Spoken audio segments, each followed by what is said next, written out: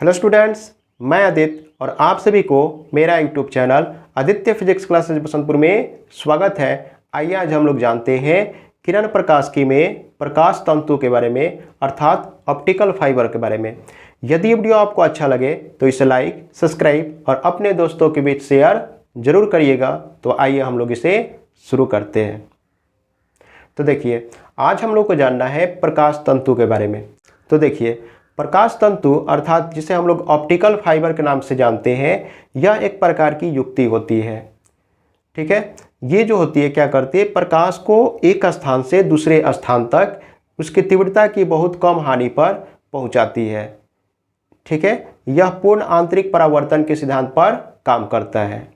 प्रकाश तंतु जो होती है एक प्रकार की ऐसी युक्ति होती है जो प्रकाश को एक स्थान से दूसरे स्थान तक उसकी तीव्रता की बहुत कम हानि पर ले जाती है।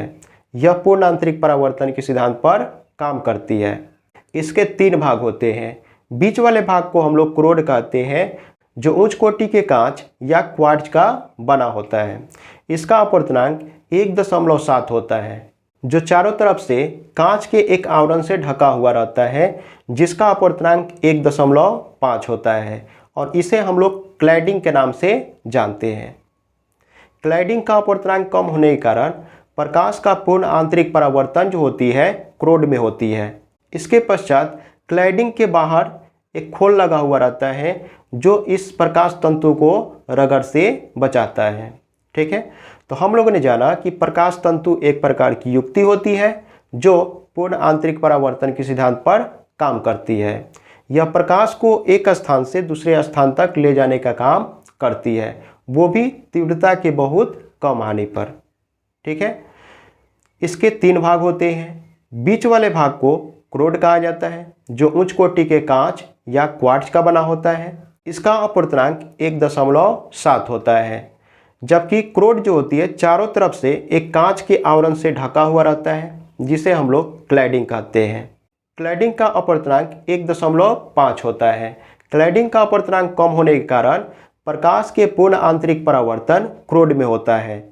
यह चारों तरफ से एक खोल से ढका हुआ रहता है जो इसको रगड़ से बचाता है। आप चाहे तो इसे इस प्रकार से भी समझ सकते हैं, जैसे यहाँ पे एक देख रहे हैं कि ये एक मार्कर है। ठीक है, और इस मार्कर के भी तीन भाग होते हैं। जो ये बीच वाला भाग होता है, ये स्याही को एक स्थान से दूसरे स्थान तक ले जाने का काम करता है, जबकि इसे प्रकाश तंतु में हम लोग क्रोड के नाम से जानते हैं और इसका अपवर्तनांक 1.7 होता है। ये जो क्रोड होता है चारों तरफ से एक आवरण से ढका हुआ रहता है। ठीक है, जिसे हम लोग प्रकाश तंतु में ये बोलते हैं कि ये चारों तरफ से एक कांच के आवरण से ढका हुआ रहता है, जिसे हम लोग क्लैडिंग कहते हैं। ठीक है, जो देख पा रहे हैं कि इस स्याही को सुरक्षा प्रदान कर रहा है। ठीक है, इसके पश्चात ये चारों तरफ से एक खोल से ढका हुआ रहता है जो इसे रगड़ से बचाता है। ठीक है, तो हम लोगों ने जाना कि देखिए, जो प्रकाश तंतु होते हैं, प्रकाश तंतु में कितने भाग होते हैं? तीन भाग होते हैं। जो बीच वाला भाग होता है उसे क्रोड कहते हैं। इसका अपवर्तनांक कितना होता है? तो 1.7 होता है।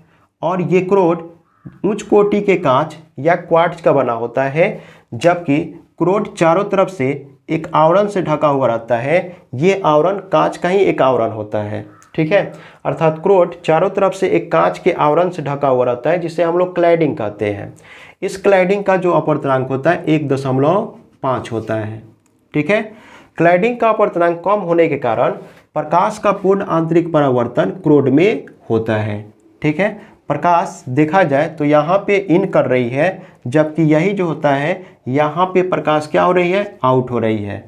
ठीक है, क्लैडिंग को चारों तरफ से एक खोल से ढका हुआ रहता है, अर्थात हम ये भी बोल सकते हैं कि प्रकाश तंतु चारों तरफ से एक खोल से ढका हुआ रहता है जो इसे रगड़ से बचाता है। ठीक है, जिसे हम यहाँ पे लिखे हुए हैं। देखिए, यह एक प्रकार की युक्ति होती है। ठीक है, जो प्रकाश की तीव्रता के बहुत कम हानि पर एक स्थान से दूसरे स्थान तक ले जाती है।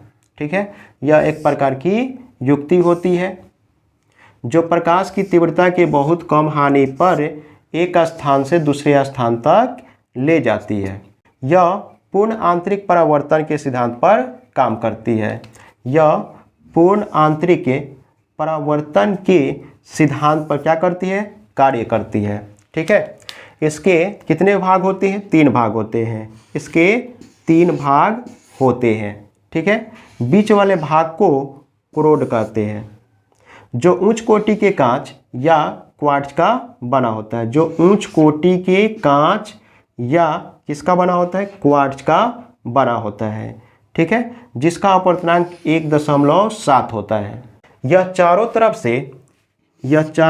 तरफ से कांच के एक आवरण से ढका हुआ होता है, जिसे हम लोग क्लैडिंग कहते हैं, जिसका अपवर्तनांक क्रोड से कम होता है, जिस कारण से क्रोड में प्रकाश का पूर्ण आंतरिक परावर्तन होता है। प्रकाश का क्या होता है, क्रोड में प्रकाश का पूर्ण आंतरिक परावर्तन होता है। ठीक है, जिसका अपवर्तनांक 1.5 होता है। यह चारों तरफ से एक खोल से ढका हुआ रहता है, जो इसे रगड़ से बचाता है। ठीक है, तो इस तरह से हम लोगों ने जाना कि प्रकाश तंतु किसे कहते हैं। इस वीडियो को हम यहीं तक रहने देते हैं।